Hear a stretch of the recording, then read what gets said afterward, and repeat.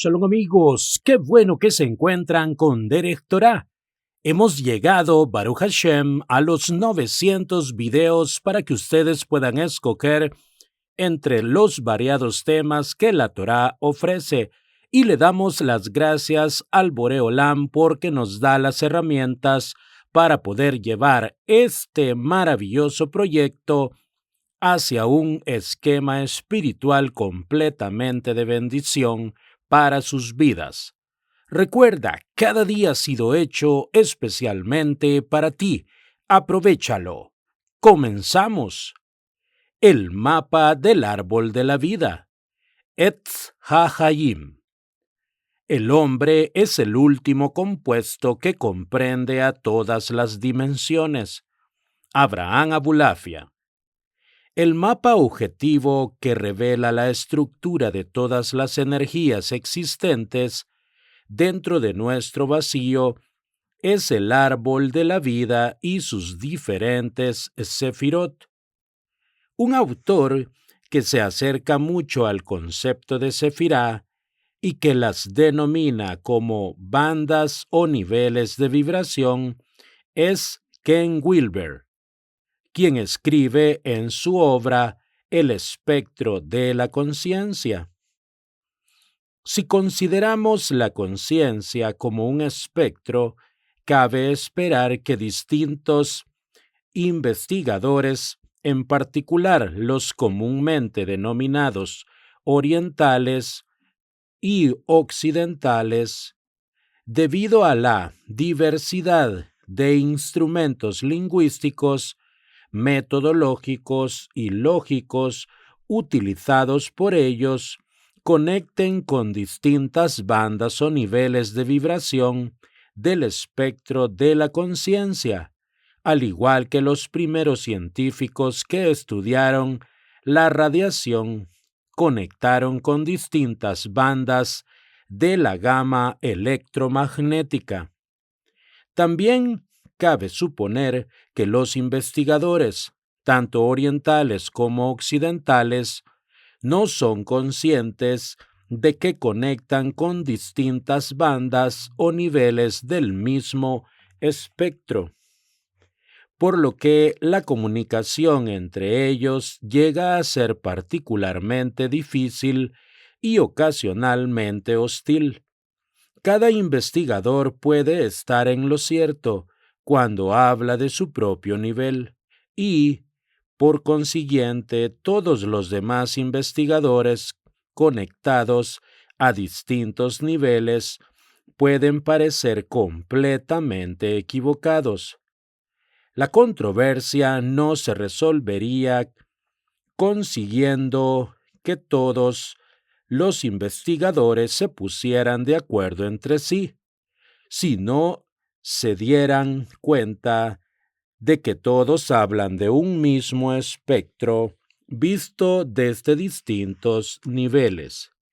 El espectro de la conciencia, páginas 19 y 20 por Ken Wilber, editorial Kairos, quinta edición en castellano, julio de 2011. ¿Cuál es el espectro dentro del misticismo judío?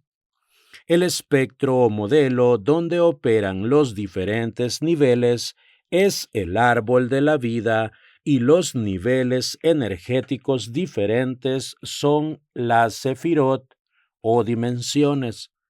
Por ese motivo, dentro de la aplicación psicológica del misticismo judío, encontramos que el primer trabajo importante es saber en qué punto del mapa del árbol de la vida nos situamos, porque es desde allí donde estamos percibiendo todas las dimensiones.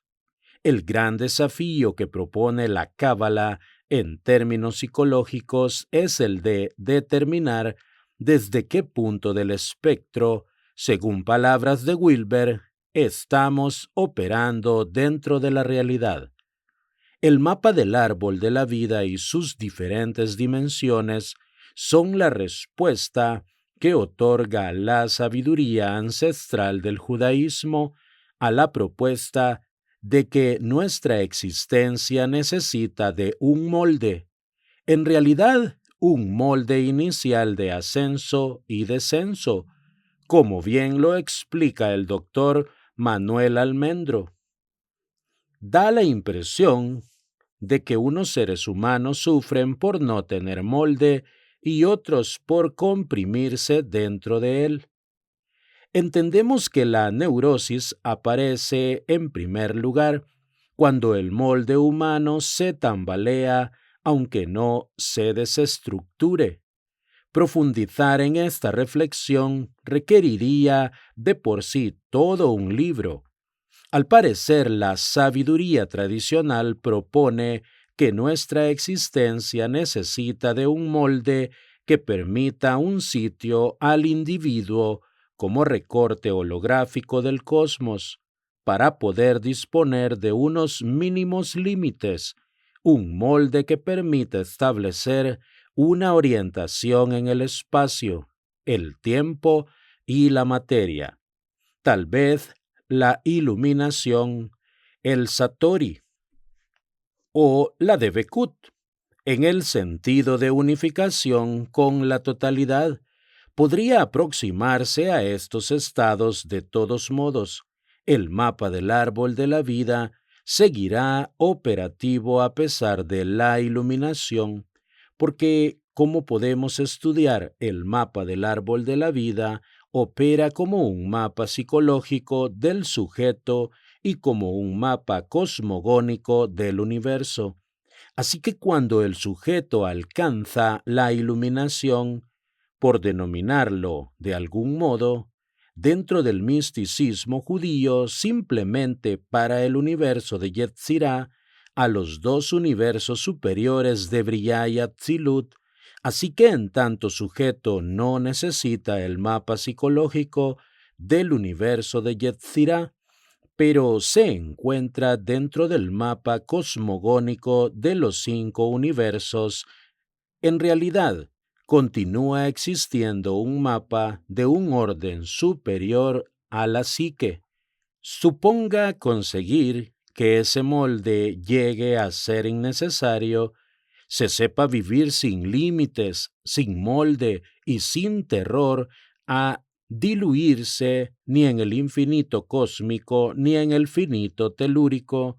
Habría pues un proceso evolutivo de constitución del molde del hombre, como un proceso de aprendizaje físico, biológico, psicológico, espiritual, etc., concibiendo este molde no como estructura estática, sino como proceso, molde necesario para poder asentarse en la tierra, un molde universal y al mismo tiempo personal, osmótico y adecuado a las circunstancias existenciales, habiendo en ese proceso estadios evolutivos más bien de premoldes, de moldes y de transmoldes y supramoldes, como una ontogénesis en la que aparecen las tendencias del instinto,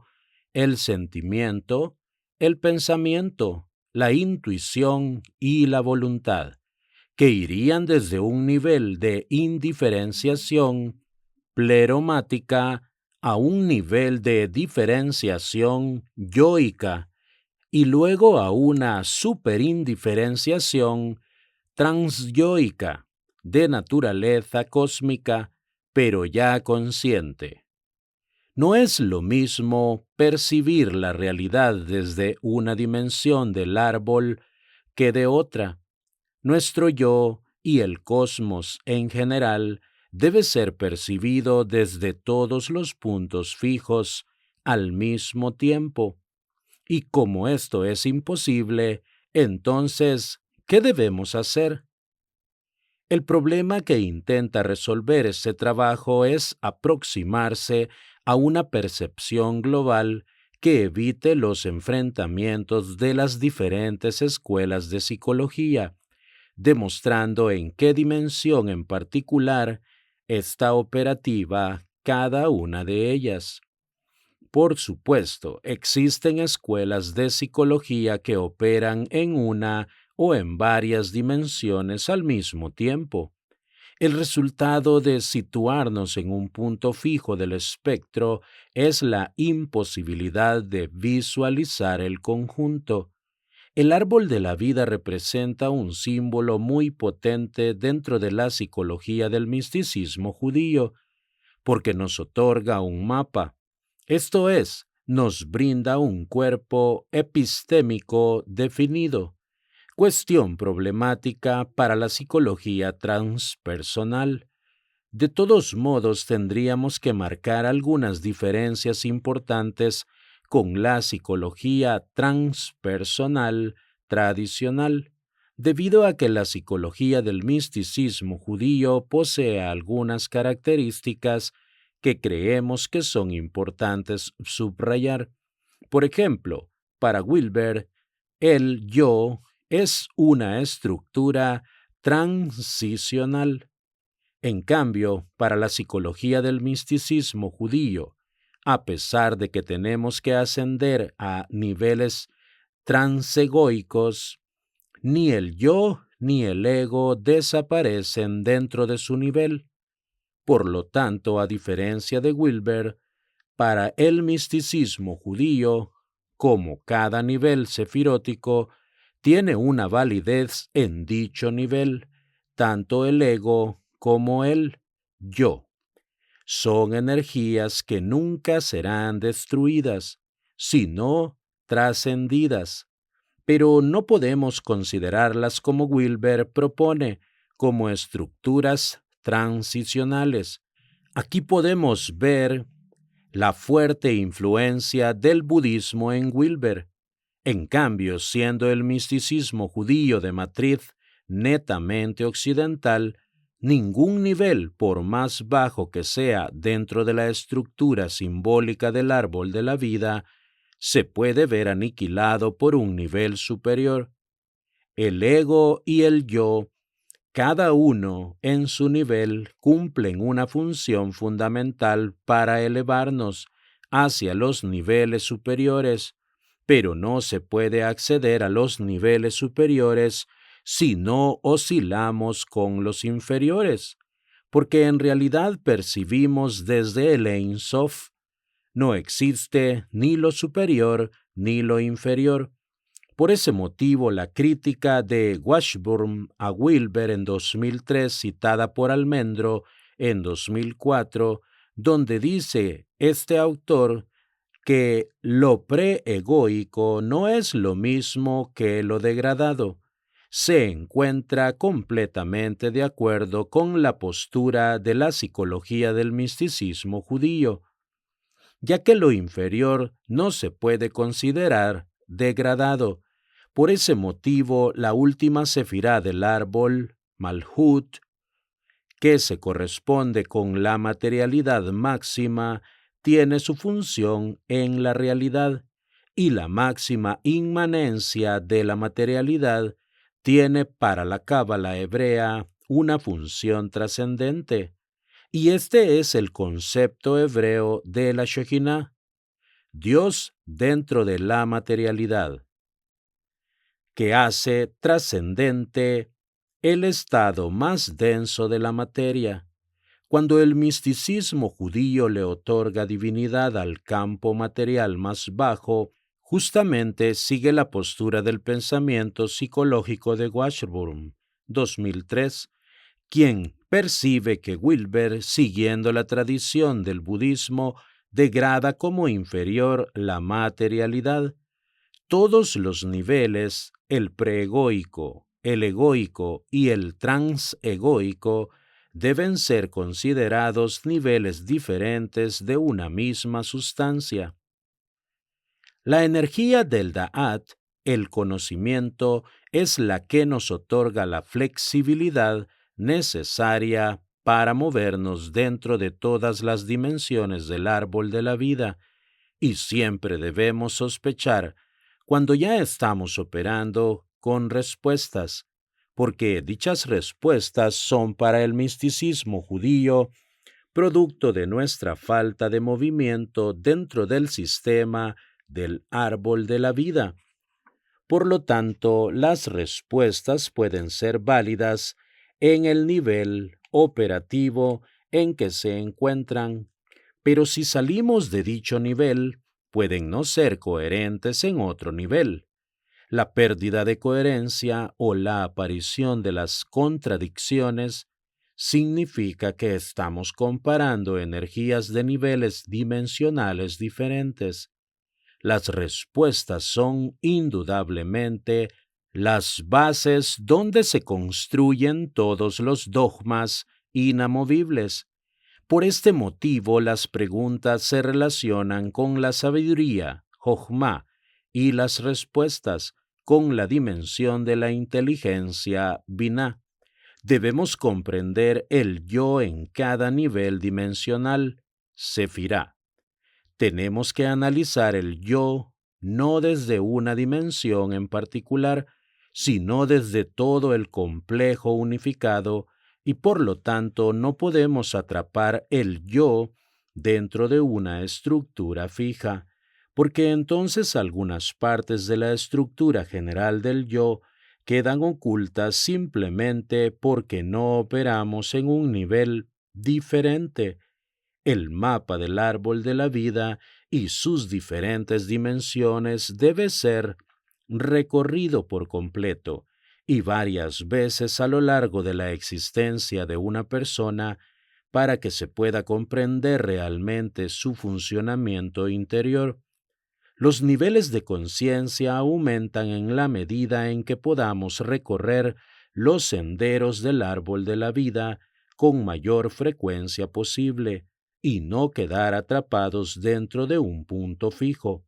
Sin embargo, la posibilidad de percibir desde nuestro entendimiento, Binah, el conjunto total en su complejidad intrínseca, es imposible si no dividimos sus partes o fragmentos.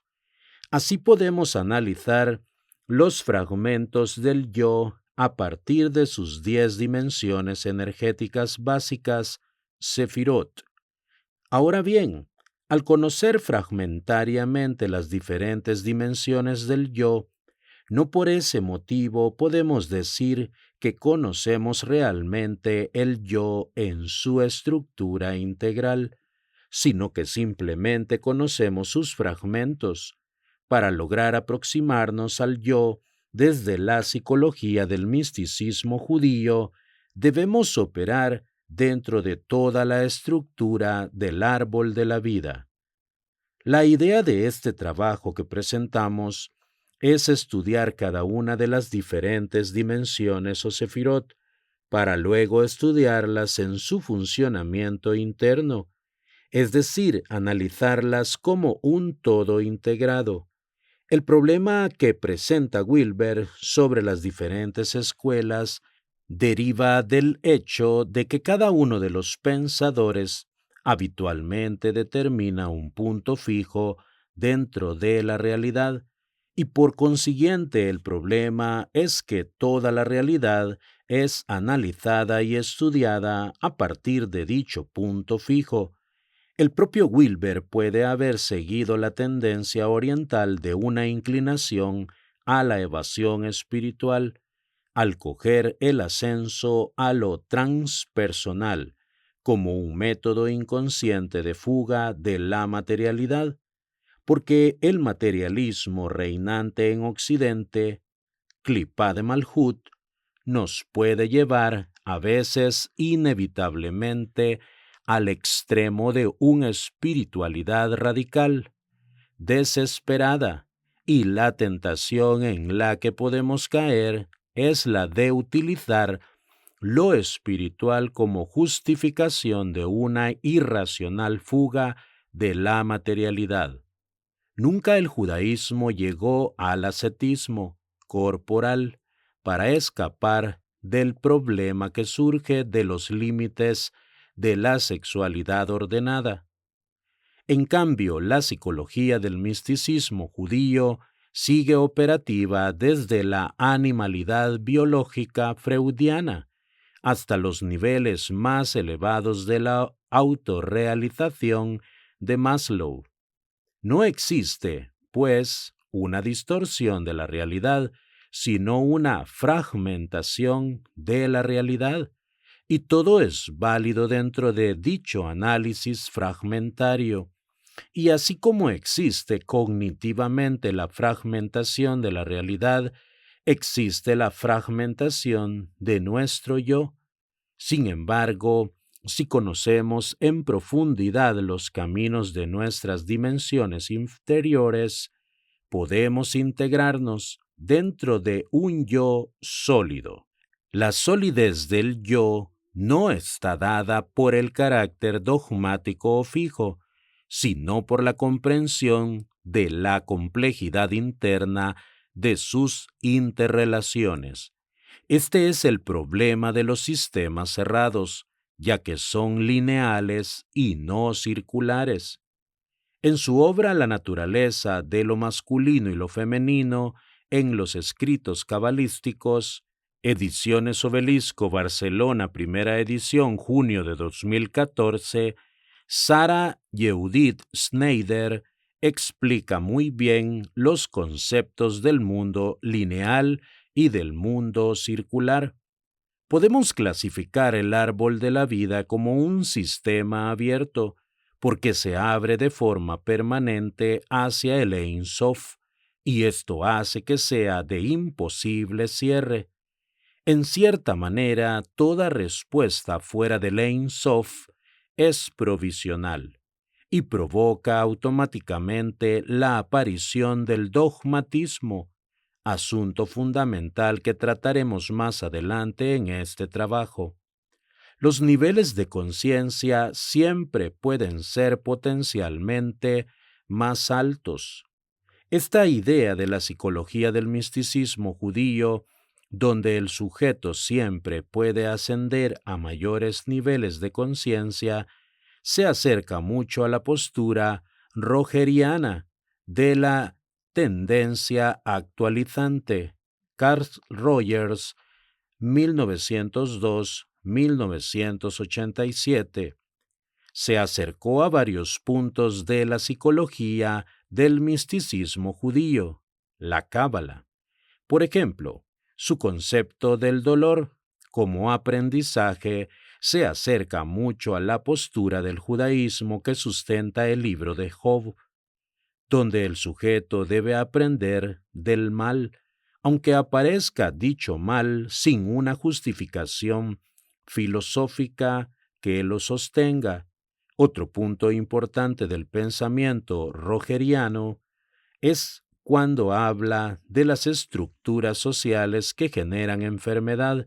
Esto hace referencia dentro del árbol de la vida a la clipá de Yesod, mi yo social, que se puede ver desbordada por la presión del entorno, cuando dentro de la psicología del misticismo judío hacemos referencia a las potencialidades del sujeto de ascender de su tiferet, de su centro emocional, hacia Keter como su yo ideal. En el universo de Yetzirah estamos planteando que el sujeto puede extraer de la interioridad de sí mismo todas las potencialidades y actualizarlas. Probablemente la diferencia entre Freud y Roger en sus respectivas posturas se encuentra en la base de partida de ambos. Mientras que Freud partía de lo patológico, dicho en términos de la Cábala, se encontraba siempre preocupado por las clipot, las transgresiones o desequilibrios. En cambio, Roger, como Maslow, partía de lo sano. Dicho en términos de la Cábala, operaba siempre con las midot, las virtudes humanas. Dentro de la psicología del misticismo judío, ambas posturas están representadas en los términos Yetzer Hatov, el instinto bueno, y Yetzer Hara, el instinto malo. Cuando Roger dice que el sujeto tiene potencialidades ocultas que no se han desarrollado, esto se acerca a la postura positiva de la psicología del misticismo judío, que afirma que el centro tiferético del sujeto debe subir de forma permanente para alcanzar estadios más avanzados de conciencia.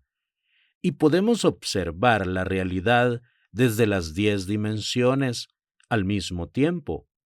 Este es un trabajo muy difícil, porque debemos pensar la realidad operando al mismo tiempo en los 10 niveles, y entonces podemos comenzar a vislumbrar las conexiones internas de dichos niveles dimensionales, los 22 canales del árbol de la vida, que son los que relacionan las 10 dimensiones, prueban que tenemos caminos de ascenso y descenso entre las diferentes dimensiones. Podemos, pues, bajar y subir de acuerdo con nuestra necesidad de comprensión de una dimensión a otra, porque debemos oscilar dentro de todo el árbol de la vida. En su origen, todas las dimensiones, Sefirot, pertenecen al mismo punto fundamental. El punto fundamental de donde surge toda la realidad es el punto superior de la primera letra Yud del tetragrama. Los cabalistas explican que fue a partir de este punto primordial desde donde se desplegó el espacio y el tiempo, de donde surge toda la información de esta realidad, tanto la revelada como la oculta. Sin embargo, en el despliegue general de la información del plan divino, Adán Kadmón, aparecen las 10 dimensiones. Es difícil establecer el momento del nacimiento o emanación de las diferentes dimensiones, debido a que no existe secuencia de tiempo-espacio. Tenemos un problema con el sistema de emanaciones debido a que, si existió un momento del cual emanaron las dimensiones, entonces existe el tiempo o alguna variable similar. El rabino cabalista Moshe Cordovero dirá que existe fuera del tiempo-espacio un tiempo diferente a este tipo de tiempo. Si en cada nivel dimensional existe una secuencia tiempo-espacio diferente, entonces cuando llegamos al universo de Atzilut, la emanación, desaparece el tiempo-espacio, porque existe la eternidad. Entonces sigue el interrogante: ¿cómo y cuándo se produce la emanación de la Sefirot si no existe la secuencia tiempo-espacio? Es más, existe otro concepto más oculto de los cabalistas, el de las Sapsajot, que son las Sefirot en su estado de ocultamiento dentro del Ein Sof.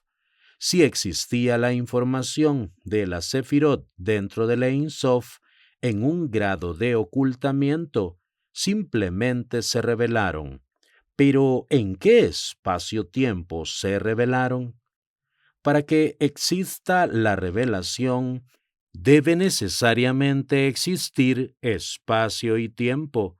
Sin embargo, algo se pudo fragmentar dentro del Ein Sof, porque no se fragmentó en el orden físico, sino en el orden psíquico del Ein Sof. No obstante, en el orden de la emanación, nada fragmentó, sino que continuó participando de la misma sustancia del Ein Sof, sin tiempo-espacio, pues se produjo un tipo de revelación que no puede ser denominada como revelación y que los cabalistas denominaron como emanación. La emanación fue una revelación dentro de la eternidad.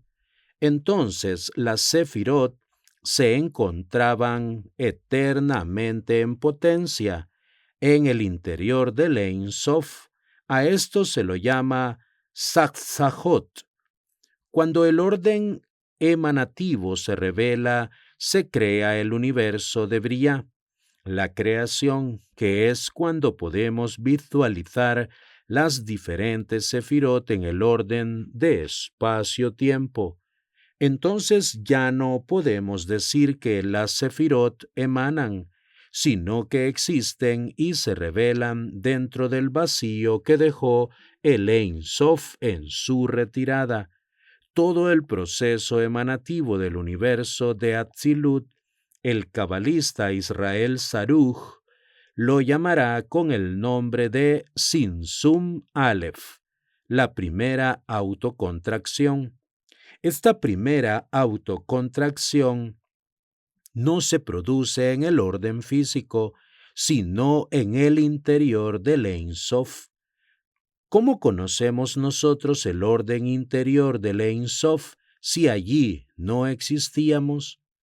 Los cabalistas suponen que dicho orden interior existe antes de dar lugar a la segunda autocontracción física, simplemente porque antes de todo movimiento físico existe un movimiento en la información. Cuando la información se mueve, luego se moviliza el orden físico. Todo lo que se encuentra en proceso de revelación en el orden espacio-temporal existía en el plan general del Adán Kadmón. Allí se encuentra toda la información que se continúa desplegando de forma constante, mientras las sefirot actúan en conjunto en el orden de la emanación Atzilut. No puede existir el mal. El mal es producto del estado de la fragmentación que se desarrolla a partir del universo de Briá, la creación. Como las sefirot en el universo de Briá ya pueden operar de forma separada, entonces aparece el mal. El mal existe como producto de la fragmentación. Si pudiéramos encontrar las conexiones íntimas de todo lo que sucede, entonces no existiría el mal, porque el mal se produce dentro del choque de los fragmentos. Como cada fragmento cree tener independencia en el mundo de la fragmentación, entonces nacen los conflictos, porque cada fragmento cree que todo opera fragmentariamente. Cuando unimos dos o más cosas, el mal desaparece. La unión no implica necesariamente que las diferencias sean borradas automáticamente, sino que el alma puede percibir el mundo oculto que se sitúa detrás de las vestiduras. Y así nosotros podemos comprender fragmentariamente la realidad. Debemos entrenar a nuestra mente, Binah, a trabajar en la unificación constante de la realidad, Jochma, con el fin de percibir en esencia la unidad que subyace detrás de todo este mundo de la fragmentación, el mundo de la Bet. Nuestro entendimiento, Binah, en general, tiende a operar dentro del sistema de fragmentación, y el problema es que la persona puede llegar a imaginar que toda la realidad fragmentada es la única realidad. Si la persona se convence de esta perspectiva, puede creer falsamente que la base de esta realidad es el conflicto constante entre los fragmentos. Por este motivo, debemos operar desde la sabiduría, Jochma, porque si trabajamos desde allí, logramos una felicidad y una percepción desvinculada del sistema de fragmentación, y por lo tanto anulamos los conflictos fragmentarios. Al anular mi posición de fragmento dentro de esta realidad, si mi yo existe como fragmento, entonces todo mi trabajo y mi desarrollo se encuentran centrados en mi propia posición espacio-temporal. Si opero dentro del orden de la eternidad, entonces al lograr la conciencia de Atzilut, la conciencia Aleph, alcanzo realmente la sabiduría porque no tengo que defender ninguna fragmentación. Es más, si tengo que defender hipotéticamente la unidad contra la fragmentación, entonces la fragmentación ha provocado que mi unidad teórica sea en realidad otro tipo de fragmento. Cada vez que defiendo algo, desconecto este algo del sistema general y entonces le otorgo una supremacía sobre el orden general. Todos los fragmentos de el sistema de fragmentación son importantes para comprender el sistema.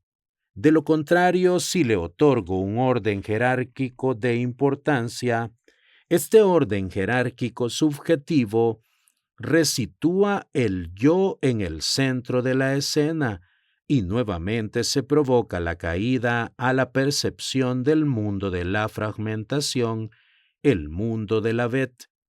Todo intento de jerarquizar un fragmento de la realidad provoca necesariamente la subordinación del resto de los fragmentos existentes. Este es el primer paso para la idolatría y finalmente para la existencia de las contradicciones, que luego, a partir de este punto de no retorno, se traducen en conflictos. Todo conflicto nace de una contradicción no resuelta y toda contradicción tiene su origen en la idolatría de un fragmento de la realidad. Hasta las religiones tradicionales pueden operar en el sistema de fragmentación, de modo que exista un tipo de idolatría dentro de las religiones supuestamente monoteístas.